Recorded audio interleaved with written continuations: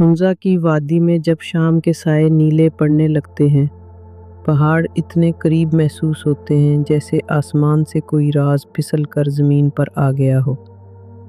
اسی وادی میں 13 سالہ ایمن اپنی چھوٹی سی کٹیا کے دروازے پر کھڑی تھی۔ اس کی ماں کئی دنوں سے بیمار تھی اور حکیم نے کہا تھا اگر سرخ تھمر کی جڑی مل جائے تو شفا ہے، مگر وہ ملتی شیر درہ کے جنگل میں ہے۔ ایمن جانتی تھی کہ شیر درہ معمولی جگہ نہیں، لوگ کہتے ہیں وہاں برفانی چیتے کی روح پہرے دیتی ہے اور جس دل میں لالچ ہو وہ راستہ بھول جاتا ہے۔ مگر ماں کے لیے ایمن کے قدم رک نہیں سکتے تھے۔ اس نے دعا کی، یا اللہ ساتھ دینا۔ وہ اکیلی نکلی۔ برف نرم تھی مگر نیچے پتھر تیز، راستہ پھسلن بھرا، درختوں پر برف کی سفیدی جیسے شیشے، آسمان پر چاند پتلا سا تیر اور پہاڑوں کے پیچھے سے بھیڑیوں کی ہلکی چیخ۔ اچانک اسے جھاڑیوں کے پاس ایک ننھا برفانی چیتے کا بچہ ملا، زخمی اور بھوکا۔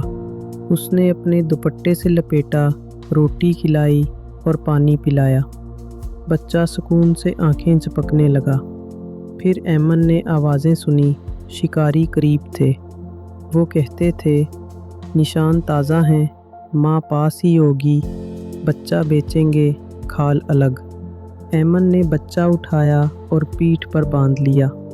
وہ جلدی جلدی پل کی طرف بڑھی۔ پل پر برف جمی ہوئی تھی اور نیچے گہری کھائی تھی۔ شکاری قریب آ گئے۔ ایک نے للکارا، کھڑی رہ، بچہ ہمارے حوالے کر۔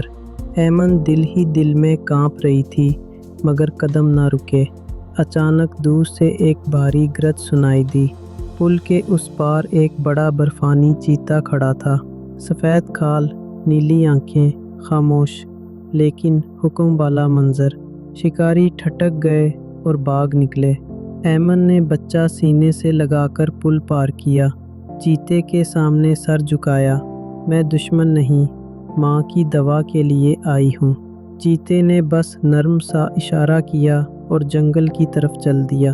ایمن اس کے پیچھے گئی اور ایک جگہ پہنچی جہاں دائرے میں سرخ تھمر کی جھاڑیاں اگ رہی تھیں۔ یہ تھا شیر درہ۔ ایمن نے دعا کی، مولا میں صرف ماں کے لیے مانگتی ہوں۔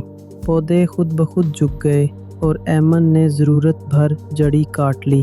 چیتے نے آنکھ کھولی جیسے اس پر اعتماد کر رہا ہو۔ اچانک شکاری دوبارہ لوٹ آئے اور گولی چلائی۔ ایمن نے ہمت کر کے کہا، جس نے جنگل کو للکارا وہ جنگل کے انصاف سے نہیں بچتا۔ وہ اپنے نانا کی تعویذ لے کر کھڑی ہو گئی۔ جیسے ہی شکاری آگے بڑھے، برف ان کے نیچے کھوکھلی ہونے لگی، بندوقیں گر گئیں اور چیتا دھاڑ مار کر آگے بڑھا۔ شکاری بدحواس ہو کر بھاگ گئے۔ ایمن نے سکون کا سانس لیا، بچہ اس سے لپٹا ہوا تھا۔ بڑا چیتا قریب آیا اور ایمن کے ہاتھ پر اپنی ناک ٹکائی۔ وہ لمحہ بے آواز تھا مگر دل پر نقش ہو گیا۔ ایمن نے کہا، دوست۔ چیتے نے پلک جھپکی، پھر جنگل کے کنارے تک ساتھ گیا، وہاں رک کر واپس پلٹ گیا۔ ایمن نے شفا کی جڑی تھیلی میں رکھی اور گھر لوٹ آئی۔ گھر پہنچ کر اس نے قہوہ بنایا اور ماں کو پلایا۔ ماں کے لبوں پر رنگ واپس آ گیا۔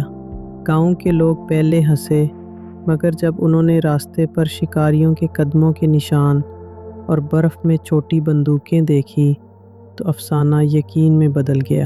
چند دن بعد ایمن دوبارہ جنگل کے کنارے گئی۔